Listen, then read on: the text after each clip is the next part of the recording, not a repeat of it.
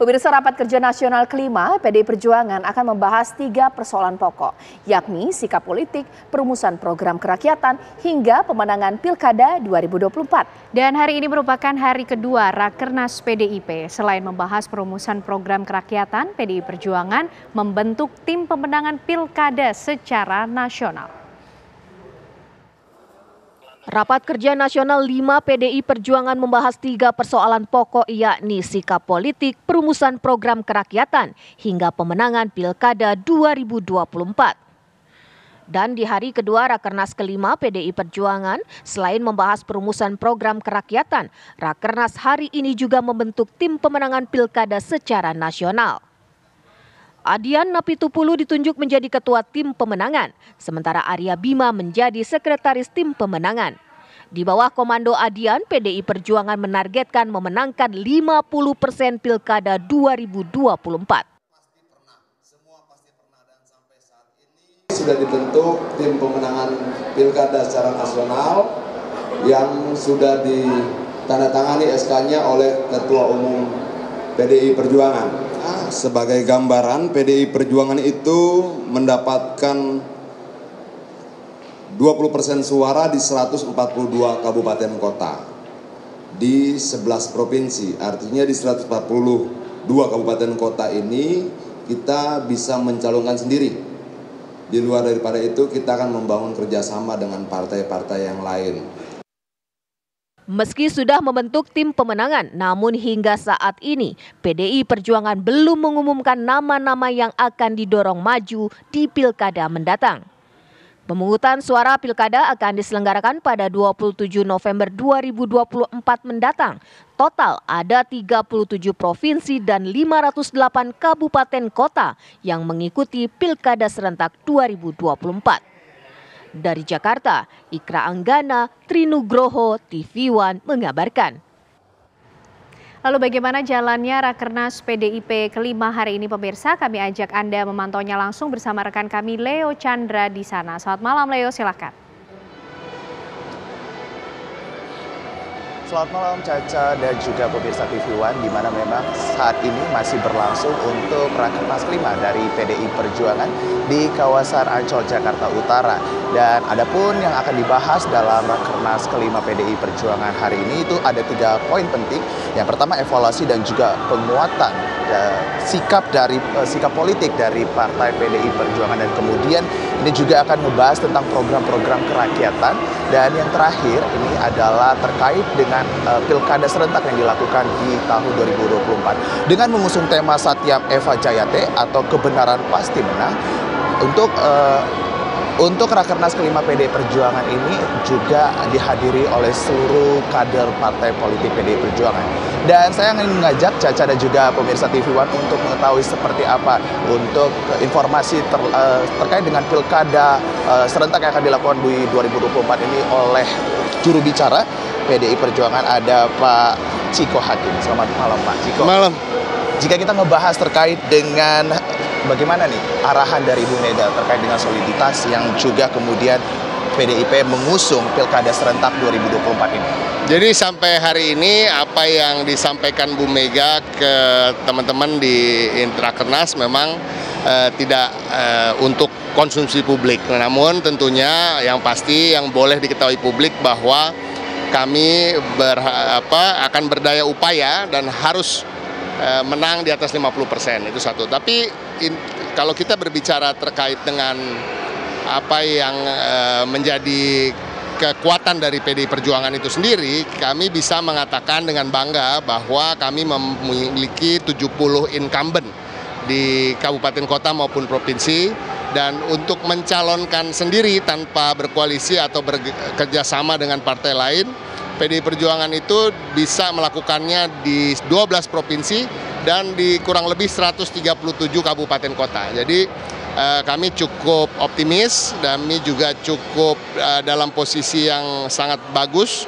untuk bisa meraup kemenangan yang ditargetkan. Nah, dan Ibu Mega berpesan memang untuk betul-betul menjaring calon-calon yang sesuai dengan apa yang kita perjuangkan, yaitu dekat dengan rakyat tentunya, memperjuangkan hak-hak rakyat, memberikan yang terbaik untuk Wong Cilik dan ideologi kemajemukan, Bhinneka Tunggal Ika dan Pancasila tentunya juga menjadi hal yang utama. Nah, tadi Pak Ciko juga sempat menyampaikan bahwasannya PDIP ini menargetkan 50% untuk menang di Pilkada serentak di 2024 ini. Betul. Nah, apa saja nih strategi yang akan dipersiapkan oleh PDIP sendiri dan juga daerah-daerah mana saja nih Pak yang akan mengusung kader-kader PDIP? Yang paling utama tentunya mengukur kekuatan kita tadi, ya, kekuatan kita tadi yang existing sekarang, ya, di mana kita kuat di 137 kabupaten kota maupun provinsi, ada 12 provinsi, tapi juga yang menjadi hal yang utama khususnya di Indonesia karena memang ketokohan itu begitu penting dan kadang-kadang bisa mengalahkan party ID walaupun identitas partai PDI Perjuangan ini cukup kuat dibandingkan dengan partai-partai lain gitu karena kita mempunyai ideologi yang begitu kuat. Artinya dengan mengingat itu tentunya kita semampu mungkin menjaring calon-calon yang memang disukai oleh masyarakat, dekat dengan akar rumput dan dikenal berjuang untuk masyarakat dan bukan hanya dikenal karena kepopuleran semata, apalagi kepopuleran yang sifatnya semu misalnya gitu atau hal-hal yang tidak bersentuhan langsung dengan masyarakat, tapi juga dia populer karena betul-betul memperjuangkan hak-hak rakyat. Nah, itu yang utama dan yang lain tentunya soliditas partai itu sendiri dan juga mengajak sebisa mungkin, sebanyak mungkin pihak-pihak lain untuk bekerja sama, baik itu partai politik maupun tokoh-tokoh lokal dan juga budayawan dan masyarakat, mahasiswa dan di tingkatan provinsi, kabupaten dan kota.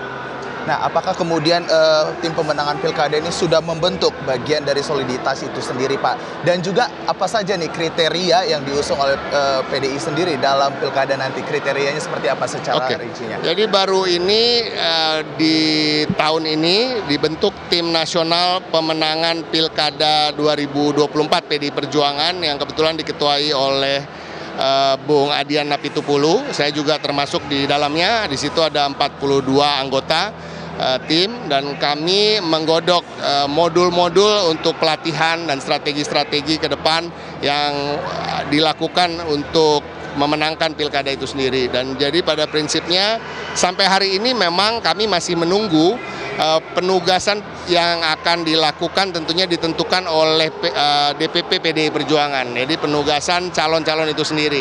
Jadi sampai sekarang kita masih dalam tataran untuk membuat modul, memperbaiki modul-modul kami dan melakukan pelatihan di mana dalam waktu dekat yang menjadi prioritas adalah 70 daerah di mana kita sebagai incumbent. Nah, ini yang akan kita lakukan pelatihan awal, tapi ke depan kita juga akan melakukan pelatihan ke daerah-daerah lain. Dan bagaimana ini Pak, nama-nama yang sudah sontak didengar di kalangan masyarakat juga nih, ada Pak Ahok dan juga kemudian Ibu Risma.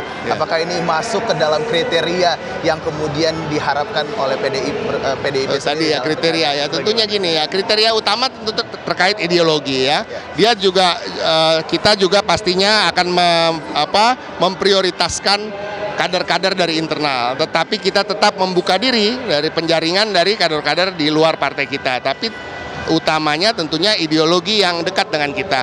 Tapi ideologi ini kan sebenarnya ideologi yang cukup umum, ideologi yang dekat dengan rakyat. Siapa sih yang nggak ingin mempunyai calon yang ideologinya ke sana ya? Nah, kecuali memang ada sebagian orang yang nggak suka dengan ideologi. Tapi kan ini hal-hal yang terkait partai kami tentunya basis ideologi itu penting. Yang kedua tentunya calon-calon ini mempunyai rekam jejak yang baik ya. Calon-calon ini bukan pelanggar HAM misalnya, bukan mantan napi korupsi sebisanya kan itu yang kita menjadi prioritas bagi kami. Nah, kalau disebut tadi nama-nama yang cukup beken ya, kita cukup beruntung, PDI Perjuangan cukup beruntung mempunyai tokoh-tokoh yang sekaliber nasional yang sebenarnya bisa maju bukan hanya dari daerah asalnya tapi juga dari daerah-daerah lain karena cukup populer di daerah lain. Kita bisa sebut nama Pak Ahok, kita bisa sebut nama Pak Jarod, kita bisa sebut nama Rano Karno, ada Bu Risma, ada juga tokoh-tokoh yang dekat dalam tanda kutip dengan PDI Perjuangan seperti Ibu Sri Mulyani, Pak Basuki, tapi juga ada Pak Andika Perkasa yang baru saja bergabung dengan PDI Perjuangan. Jadi penjaringan ini menjadi semakin menarik karena memang di internal sendiri banyak dalam tanda kutip mega-mega bintang lah. Oke, siap. Terima kasih Pak Ciko Hakim untuk informasinya terkait dengan pilkada serentak yang akan diusung oleh PDIP. Dan itu dia tadi Caca Anissa dan juga pemirsa TV One untuk wawancara saya bersama dengan juru bicara PDI Perjuangan. Kembali ke Anda di studio, Caca. Baik, terima kasih Leo Chandra mengabarkan dari Rakernas PDIP kelima di Ancol, Jakarta.